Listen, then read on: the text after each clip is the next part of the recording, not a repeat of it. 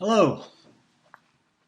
I want to welcome you to the long-awaited and anticipated online course Psych 580, Ethical and Professional Conduct in Behavior Analysis.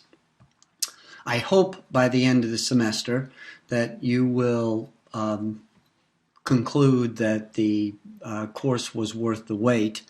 My name is Gary Pace, and I will be your host in this exploration of ethics for behavior analysts. I want to start by talking about the organization of the class, therefore spending some time with the Blackboard Learn website where you access it, although by virtue of the fact that you're listening to me now, apparently you have figured out how to access the website. But let me go over some of the things that I think are of value. One is there's going to be a What's New section, which is worth looking at least once a week. If there's anything new for that particular week, I will post it in there. So for example, what I have in here now, somehow an advertisement came in here that I didn't post, but okay.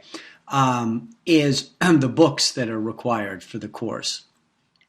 So Bailey and Birch, Ethics for Behavior Analysts, 2011, the second edition, not the first edition, is one of the courses we'll be using. The other I'm sure you already have, which is the Cooper book. We're going to be looking at one chapter in there, chapter 29. I want to review also on the left-hand side, you can get access to anything you want. So the course syllabus is in there, the course calendar is in there. I want to get back to the syllabus in a little more detail in a minute. But the section that you're going to focus on is each week you will have the objectives and the tasks for that particular week. So it starts off by, for example, the objectives for this week are introduction to the class, review the syllabus, introduction to the background for the development of an ethical code of behavior analysis, and then the tasks for this week are to read chapters 1 and 3 of Bailey and Birch, read chapter 29 of the Cooper text, watch the narrated PowerPoint presentation, which you're doing right now, so hey, you're off to a great start. And participate in the discussion board. I'll talk about that in a minute, and take a short quiz. So this time I've included the specifics on the Bailey and Birch book. Fortunately, it's a paperback, so it's not incredibly expensive, but still I hate to see you spending $42. But two reasons I think it's worthwhile. One, we're going to be using the majority of this book in this class, and two is that I think it's going to be an important reference book for you to have and to keep and refer back to as you encounter ethical dilemmas in the future. That's followed by the narrated PowerPoint, which you're on right now. I've also included a regular PowerPoint that in case you want to just go back and look at it, and you could access that one as you want. Then this next link is the one that gets you to the discussion forum. And for this week, what I want you to do is to introduce yourself, tell us a little bit about what you do, assuming that you work, your work involves applied behavior analysis, and I know for most of you it does.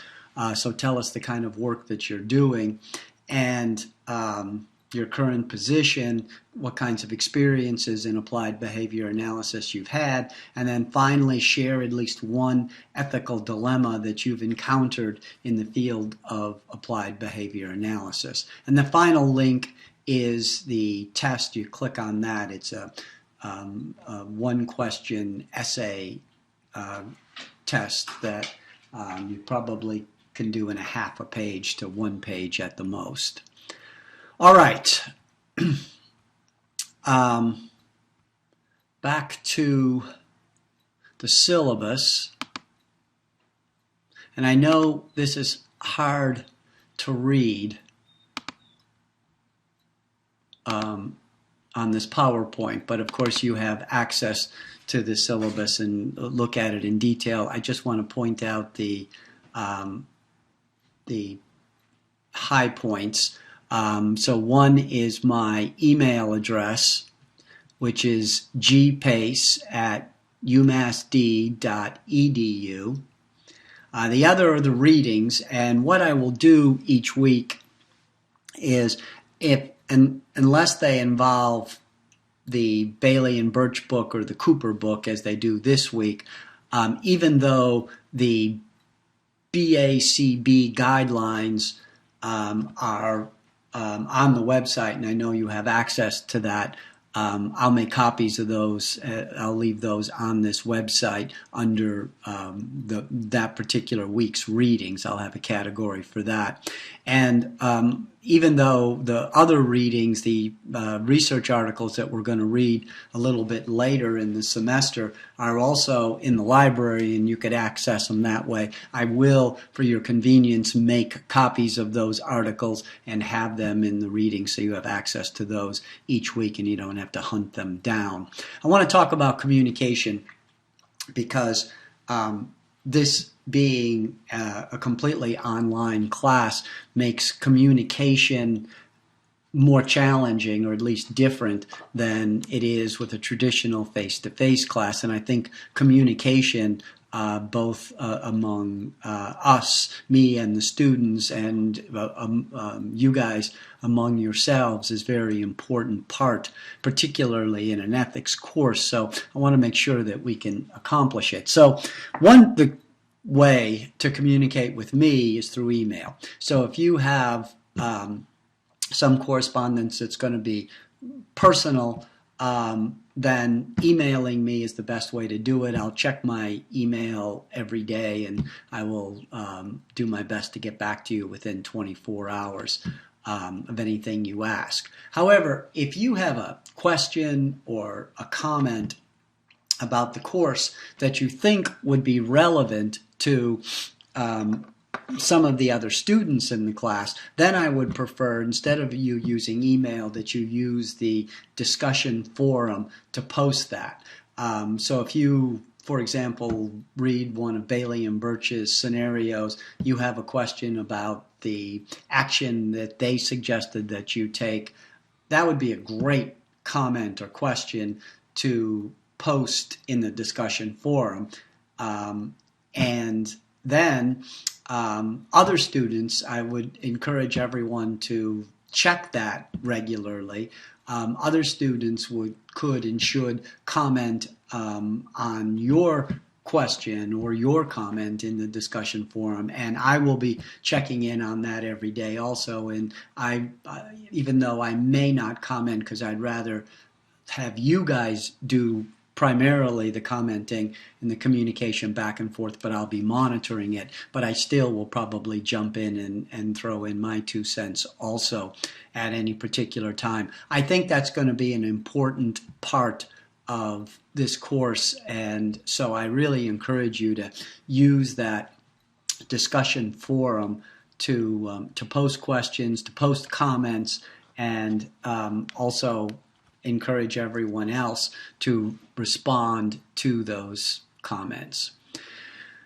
The schedule, the online weekly schedule, starts on Monday and ends on Sunday. So, for example, the first week, the class starts on Monday, January 26th, and ends on Sunday, February 1st. That's important to keep in mind because the tasks and quizzes are due by that Sunday in that week. So the class goes each week we have specific things to be scheduled, and you have to complete certain things during that particular week. So you can't save it all up for the last week of the class. Those all need to be done within those blocks. So any assignments, any quizzes need to be done by the Sunday of that particular week. In terms of evaluation, there'll be quizzes and or assignments pretty much every week that will need to be done, and that will be 50% of your grade. There'll also be a final exam that'll be 30% of your grade, and then participation in the discussion forum will be 20% of your grade. So, for example, a great way to get participation points would be to post a question or a comment in the discussion forum and or comment on other students' comments in the discussion forum, and that's how you can get participation points. But I also spend some time in the methods of evaluation to attempt to operationally define what participation means and how you might get points in participation for this particular course. Then there's the course breakdown, some university policies, and resources, where to get technical help, and then finally the schedule for each week is broken down at the end. So the dates of the week, so this week, as I said, January 26th to Sunday, February 1st, what we're going to cover during that particular week, and then your responsibilities are in the third column. So again, for this week, it's read chapters 1 and 3 of the Bailey and Birch book, read chapter 29 of the Cooper text, then there's activities, which is review the PowerPoint narrative, which you're doing now, and then go on the discussion forum, introduce yourself, and state at least one ethical dilemma that you've encountered. And then finally, I have how you'll be evaluated this week, and this week there will be a quiz for you to take. Okay, any questions on that, just email me or put them in the discussion forum. Okay, so let's get to the PowerPoint.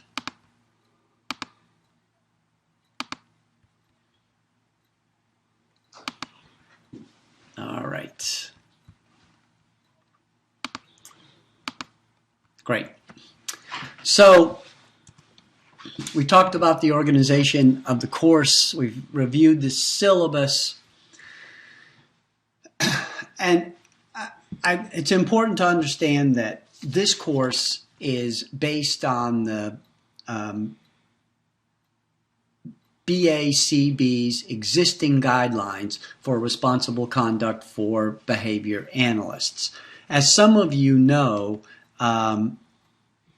after January 1st of 2016, there will be an updated and consolidated guidelines, which are going to be called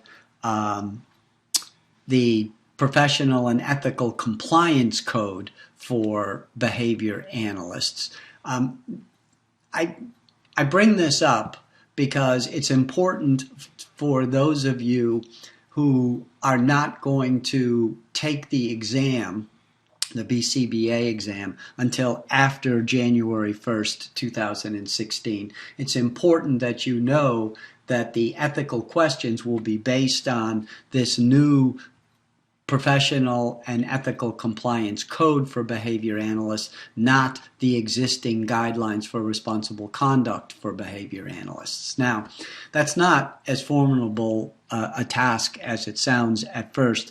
If you go into their website, the BACB does a really nice job of breaking down what the differences are between the two compliance codes or guidelines. And they're really not substantial. And in fact, as they say, it's more a case of some updates and some consolidation. But it is important that you spend some time with that if you are going to take the test after January 1st, 2016, so that you know you're going to be tested on the new professional and ethical compliance code for behavior analysts. Finally, as I mentioned, the Bailey and Birch book we are going to use a lot in this course. I have read a lot of books and articles on ethics, and I have read some books on ethics for behavior analysts, and I think by far this is the most comprehensive, the easiest to read, and the most useful one. So I really want to lean on this book for this course quite a bit this year. One of the things that you're going to encounter when we get into the guidelines, which will be 2 or 3 weeks, and we'll start to look at specifically the guidelines, is that Bailey and Birch discuss each of those guidelines and each of the specifics within each guideline, and break it down into plain English, and they give a lot of scenarios of ethical dilemmas. And so they'll give an ethical dilemma scenario that's related to a particular guideline, and then ask you what your actions would be, and then at the end of the chapter you can look and see what their recommendations are, what they think the actions should have been. I strongly encourage you to not overlook that section.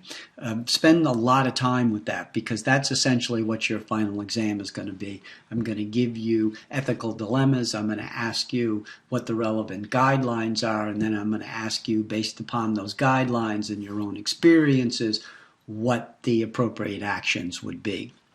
So spend some time with that, and that is a great way to get participation points in the discussion forum of reading some of those ethical dilemmas and looking at Bailey and Birch's responses. And you may not agree or understand why they suggest a particular action, or your own experiences might be very different.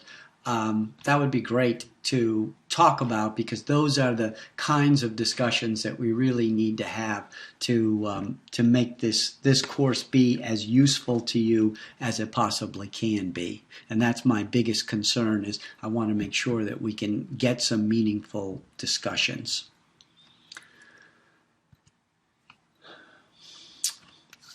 I want to spend some time talking about why the field of applied behavior analysis developed a compliance code.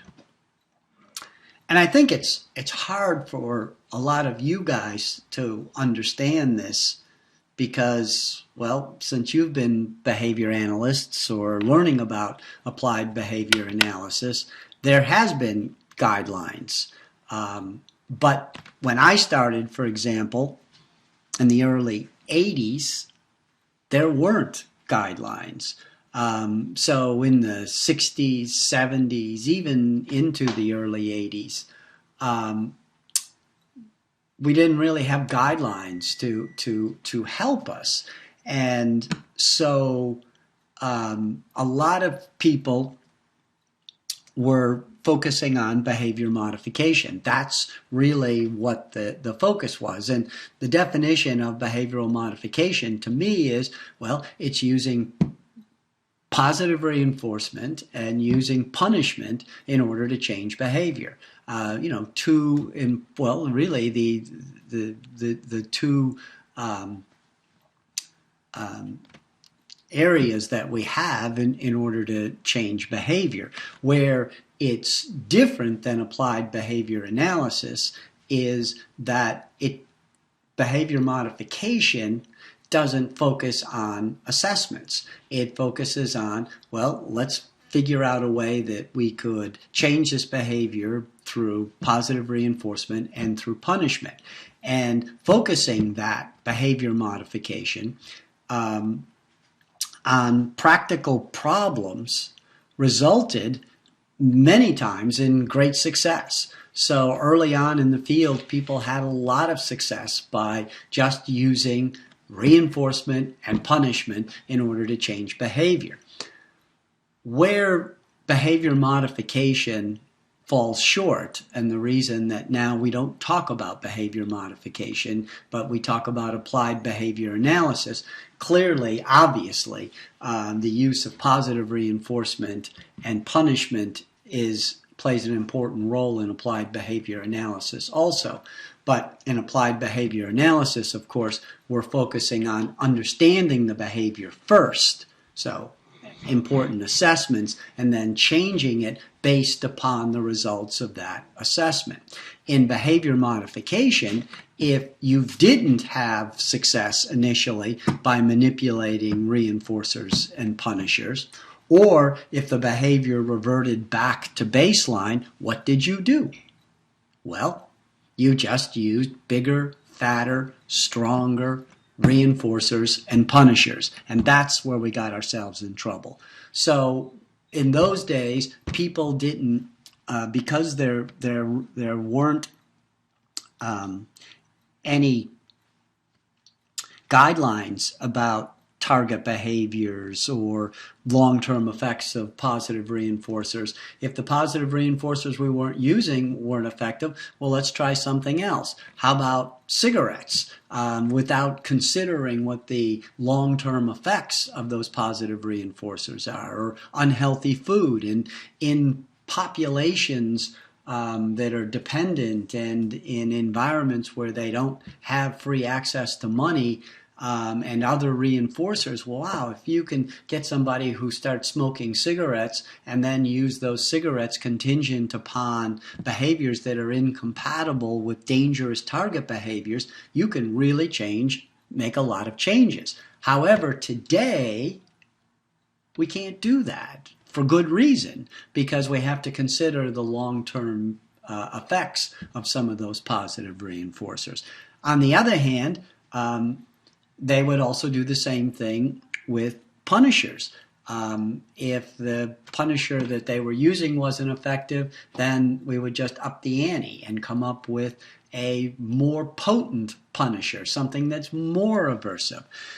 The results of that and the backgrounds of the people who were doing it were all over the place also. Some people like me came from, a lot of us came from an animal laboratory background, but a lot of people didn't even have that. They were just kind of came across this positive reinforcement and punishment kind of casually, and were good at it and were very successful, but then just kept upping the ante and upping the ante. And of course, in those days, there were no standards for training of behavior modifiers, no guidelines about target behaviors chosen, or no restrictions on the use of reinforcers and punishers. And unfortunately, the result many times was shocking and horrific abuses of people who couldn't protect themselves. This is why, or one of the reasons, that the field came up with guidelines that we needed to use. Bailey and Birch spend some time, you'll read, talking about one example, and they go into a lot of detail, and that's the Sunland Miami scandal in their book.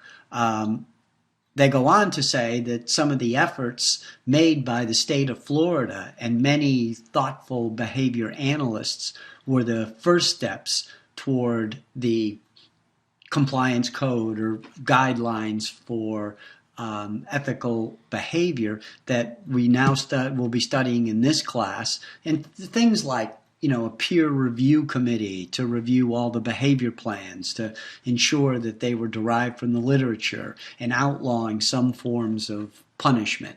And that's really how we got going in this field. Now, I think it's critical that you understand that Yes, the reason we got ethical guidelines is because of the horrific conditions and some of the terrible things that people in the name of behavior modification were doing.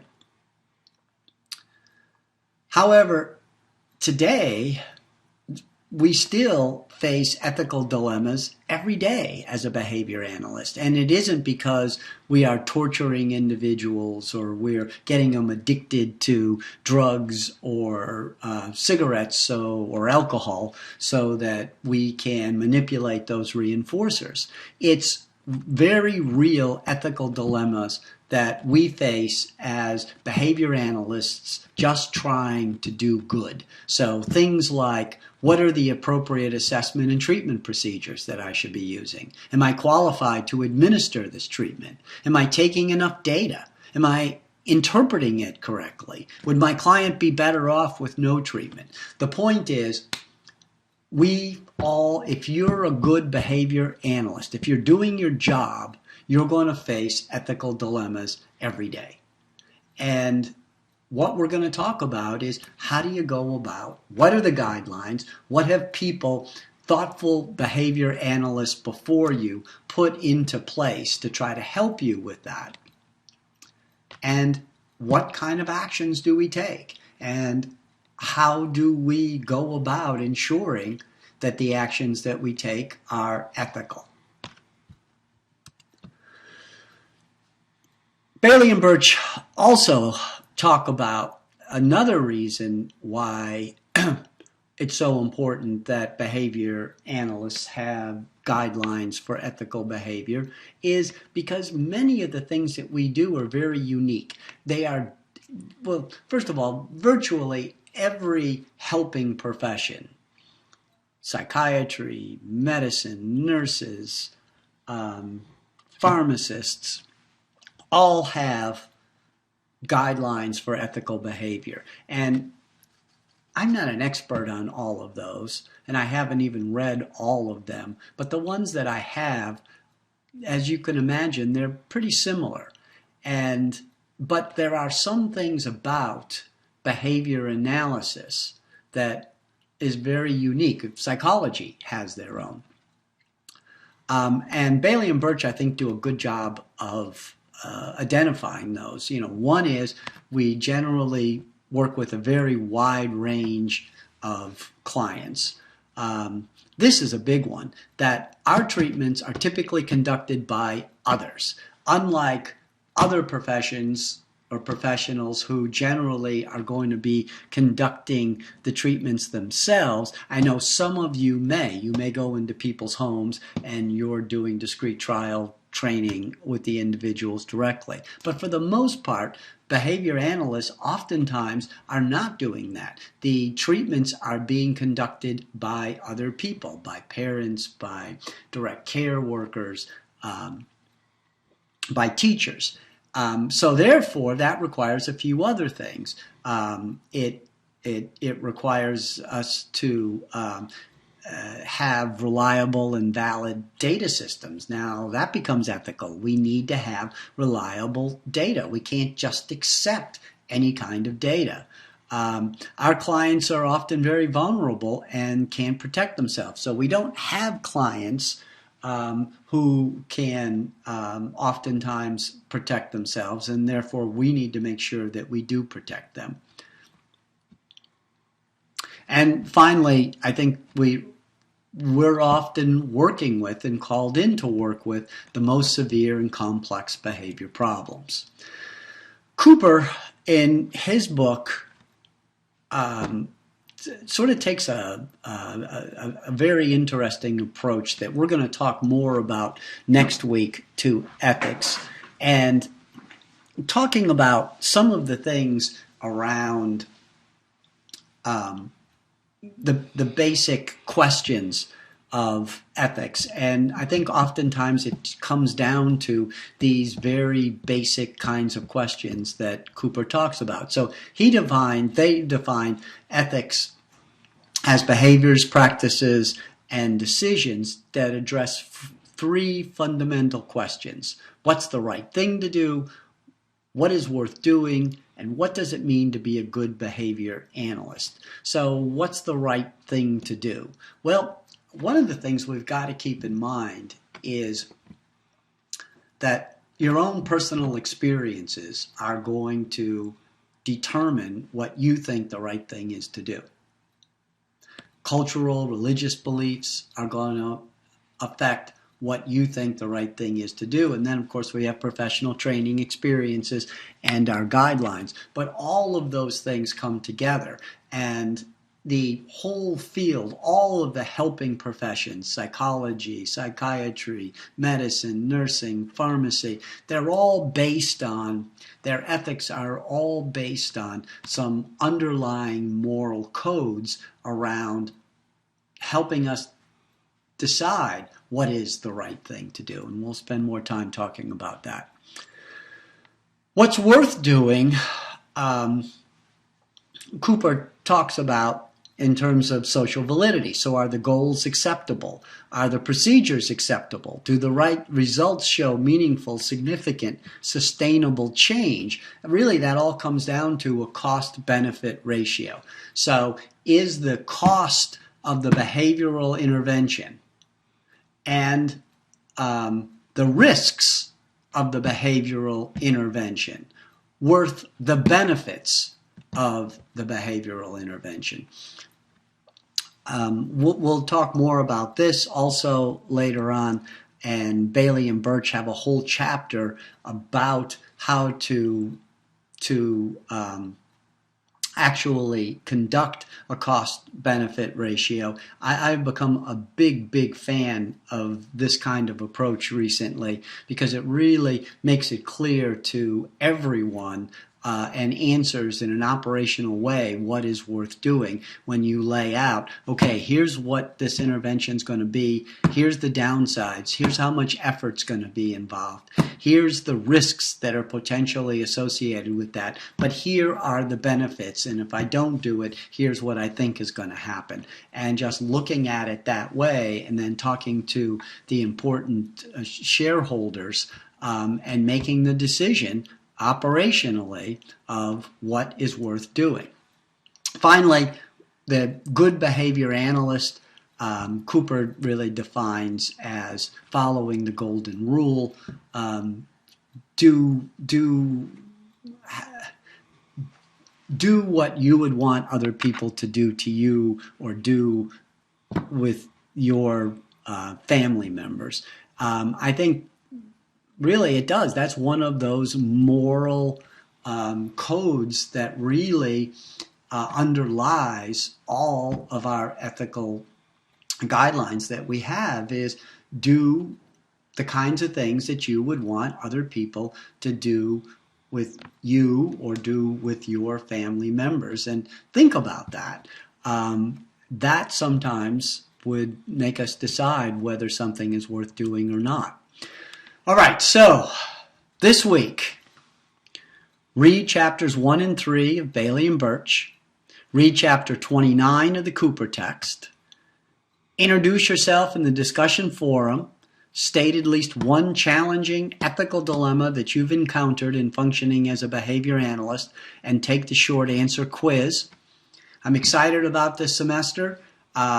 I hope this works. This is my first time with online, completely online course, and at this point, I tell you, I am optimistic that this is going to work out, but I want to get your feedback. Please let me know how this is going. Let me know if there's some things that I can do to tweak this and make this better. But I will either be talking to you on the discussion forum or through email, and I will have another one of these next week. Have a good week.